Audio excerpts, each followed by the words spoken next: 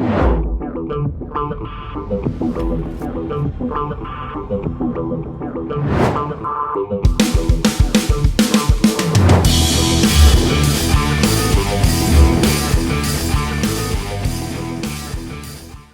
what's happening, my network marketing friends? Welcome back to another episode here at toddfalcone.com. Today I wanted to talk to you about promoting events. I actually did a Zoom very recently with a network marketing company owner. We were talking about the difference between announcing events and promoting events and what the difference is. And do events, do they serve a purpose in the network marketing space in today's day and age, our technology, Zoom, online video kind of day and age that we're in? And are they as effective today as they were 5, 10, 15, 20 years ago? And are they still important? So let me just tell you this, okay? From my perspective, events drive business. In fact, I remember going, and I'm going to take it way back in history for a second. So when I first got started in the network marketing profession, I was hungry. I wanted to learn. I was eager to build the business. I was new, excited, like I'm sure many of you are. And I wanted to figure out how to do the business. And so, of course, I was looking at the people that were doing the business. I was observing, like most people do, they observe. And they're like, okay, well, what are the top earners doing? What are the top leaders doing? And I remember that very, very early on, maybe my first 2 or 3 months of being in this first network marketing business, there was an event that was taking place in San Diego, California. It was a 3-day seminar. I had never been to a seminar in my life. I didn't know what a seminar was. I literally had no idea exactly. I mean, I'm so green, so naive, so hungry, willing to learn, which I think is, are great qualities, that naivete, that greenness, that eagerness to just soak it all in. And I think that's a great quality, that inquisitive, curious quality to have, especially for new people in network marketing, really anybody in network marketing. But I remember talking to a leader in the company, and they were talking about this event. And he said, "Are you going to this event in San Diego?" And I said, "Well, I can't afford it." And he looked me square in the eye, and he said, "Do you want to be a leader in this company?" And I said, "Yes, I do." He said, "Well, leaders attend events. You need to be there." And he turned and he walked away. He literally just turned, walked away. He didn't look back at me, give me a look or anything. He just walked away. And I thought to myself, that message is pretty clear. I need to be at that event. I didn't even question it, because here's a guy that I wanted to have what he had. And I had a level of respect for who this person was. And I thought, well, do I want to be a leader in this company? Yes. Leaders attend events. You need to be there. And regardless of whether I could afford it or not, I felt that I had to be at that event. And some of you have heard this story if you followed me around for any period of time. Some of you may not, but I remember. I mean, it was the only event that I made it. I made it to the event. I scrounged, I scrambled, I figured out a way to make it to that event, and I slept in my car for 3 days. Now, it was the only event. I don't have this like I lived on the streets and made millions and went from here to there. I mean, the reality is that was the one and only event I slept in my car, but I made it to the event. And to me, that very first event was a life-altering experience. It was something that enabled me to see the bigger picture, to realize that it was more than just these people that I was around every day. There's all these other people around involved in this business. And it made me begin to establish a deeper degree of belief around the business that I was involved in.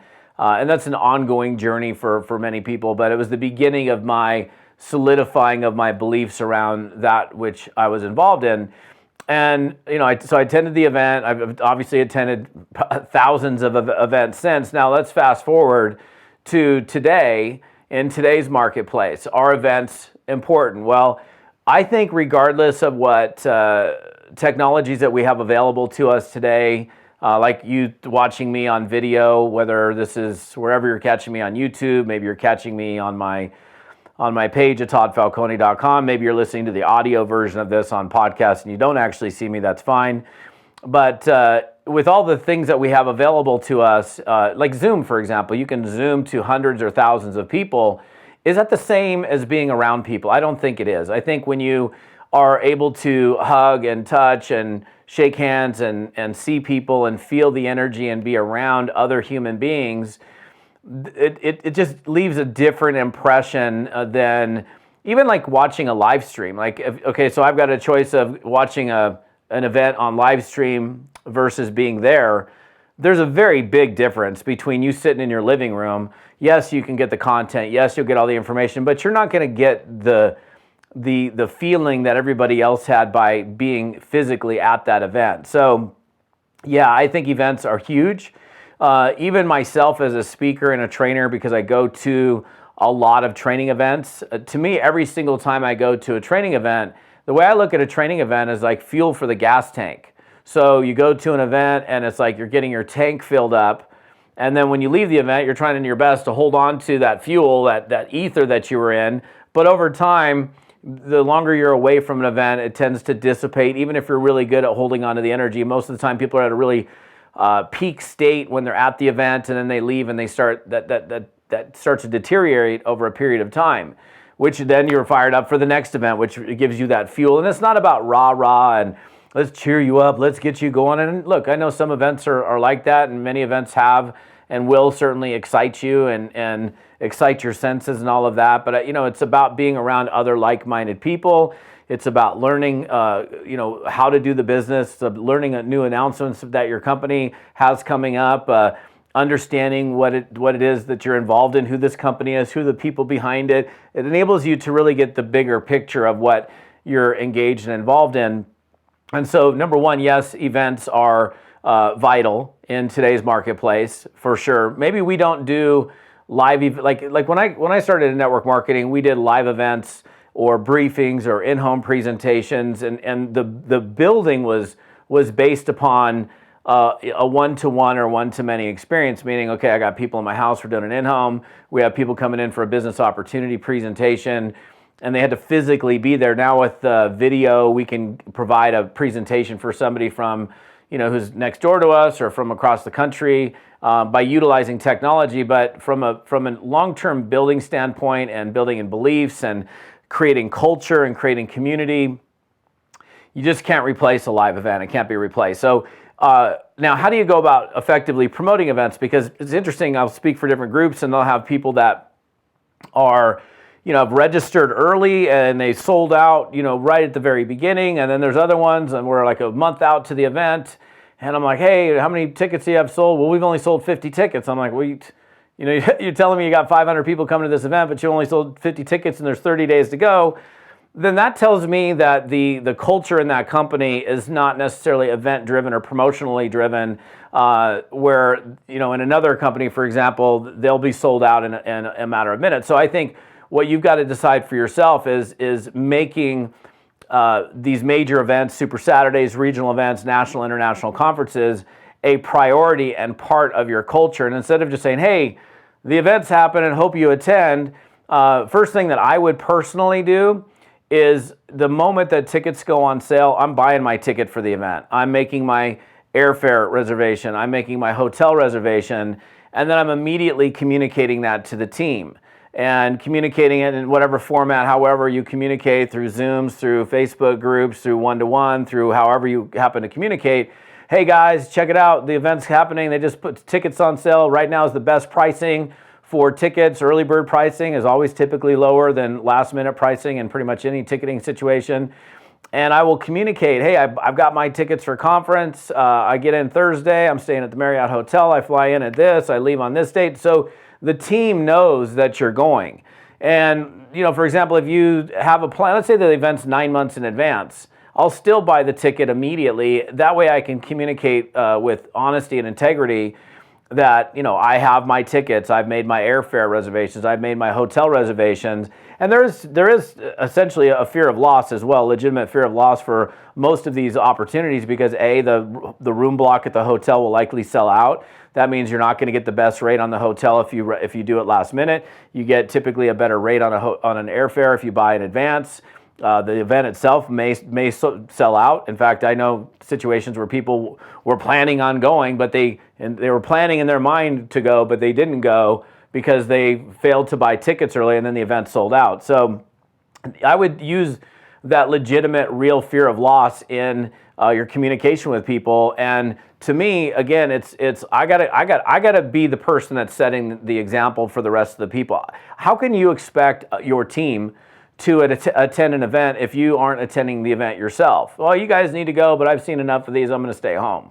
Nobody's going to register. It's part of what you do, no matter how big your organization gets or how many times you've been to that national conference and you feel it's like the same thing over and over again with different people. Whatever your feeling is, your people are going to do what they see you doing. So, and here's the thing and I don't know who's plugging in here. I mean, you may be highly experienced, you may have no experience, but I can tell you from my experience that every single event I've been to, I've always felt, man, if only John or only Susan or only Brenda or only such and such could have been here, they would have finally seen it.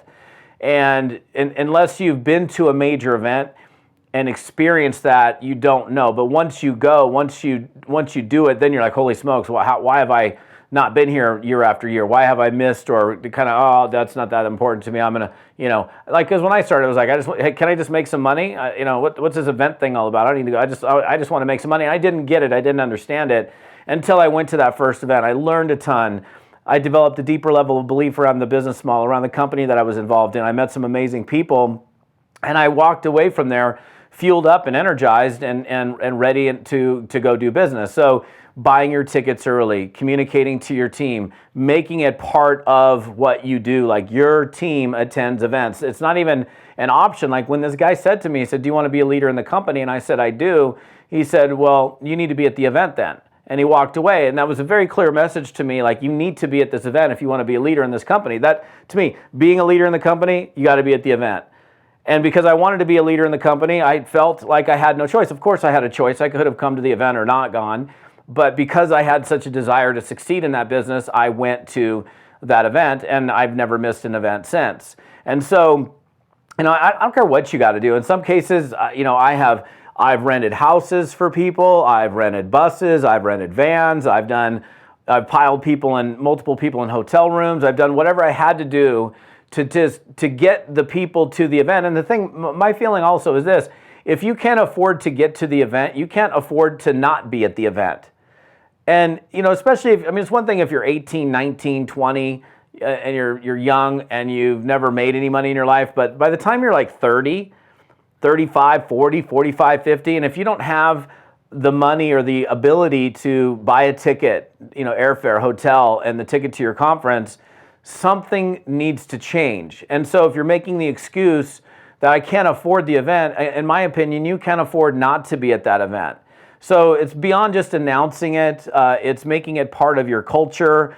It's getting everybody to communicate to the team. Like, everybody's responsibility individually is to get to their existing team members and go, hey guys, look, I just bought tickets for the event. You're coming to the event, right?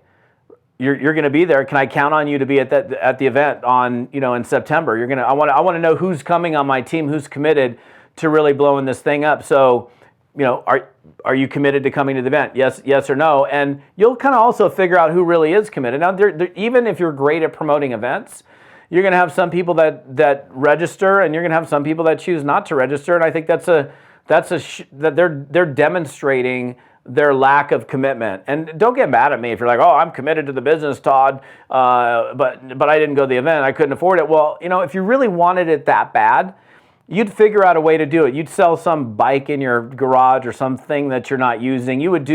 It's interesting, when somebody wants something bad enough, they always tend to find a way to get it. So I would certainly question someone's commitment to the program if they're making ongoing excuses as to why they can't afford it, when in all reality that event can be the thing that could help them see the bigger picture, have a deeper level of belief, have a deeper level of understanding, so that they are able to take more effective action in their business. And this is just a big thing that you should be doing as a leader, is making sure that you have an event-driven culture. Most of you guys that are involved in network marketing, regardless of what your company is, you've got a national conference, you've got an international conference, you've got Super Saturdays or regionals. And I would certainly, if it was me, I would make use of every single solitary event that I could, knowing full well that by getting people to those events, they're going to more likely see the bigger picture than an individual who does not make it to those events. So yeah, events are huge. Yes, they serve a vital role, a huge purpose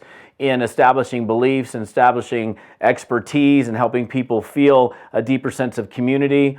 Many, many purposes that an event will serve, in spite of how, technology, the era that we're in, where, you've got online video and Zooms and webinars and all these things that we can do today. So if you're in an organization where I can't get my people to register, look at how you've been communicating events in the past. Have you done have you purchased your tickets immediately? Have you communicated to the team? Have you made it a point that, events are a vital part of succeeding in this business? Or is it just like, yeah, we got an event, yeah, I might be going, and it's cool, you register whenever you want? To me, it wouldn't be this laissez-faire attitude towards it. It's like, look, if you want to be a leader in this company, you need to be at the event.